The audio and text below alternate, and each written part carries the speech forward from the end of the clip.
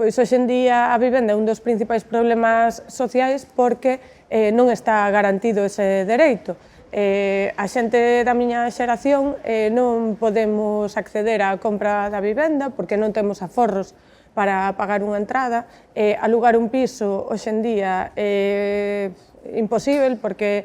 ou hai moi poucos pisos, os que hai son moi caros, ou pois os que hai están que se poden pagar cun salario normal están nun estado absolutamente lamentable, non son nin dignos para vivir. Ou vives en parella e gastas moitísimos cartos no aluguer e iso impídeche facer moitas outras cousas e ao final estás afogado, ou tes que compartir piso. E a verdade é que, estar a certos anos compartindo piso, pois a verdade é que é complicado e fai difícil que teñas unha vida autónoma, independente, condiciona moito a túa vida. E a compra xa é totalmente imposible se non tes axuda familiar ou tes un salario moi bo que che permite aforrar e pagar unha entrada, e esos son casos excepcionais. Pois a política de vivenda desde a Xunta podemos destacar varias cousas. A primeira, que desde 2009, desde que volven a acceder ao poder, recortan absolutamente as políticas de vivenda, os orzamentos de vivenda. No caso concreto da Coruña, isto resúmese en que desde 2009, que remata o goberno bipartito, cando se entregan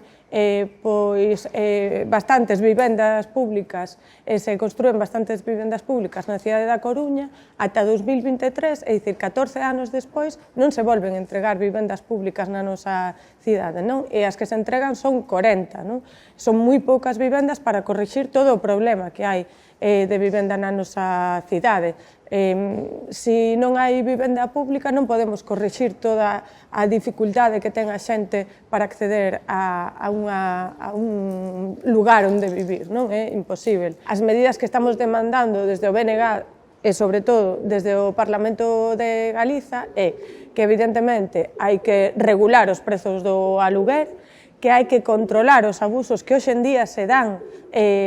contra as persoas que necesitan alugar unha vivenda, porque hai moitos caseiros que abusan da súa situación e das necesidades das persoas que queren alugar. Para iso é imprescindible que a Xunta de Galiza tamén apoie os concellos que están demandando que se declare mercado tensionado o seu mercado do aluguer.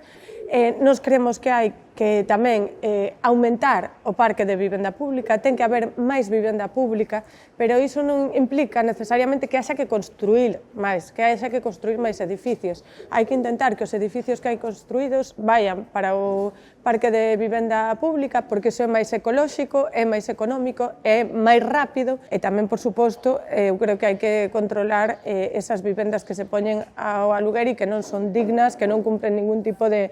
norma de habitabilidade nin nada.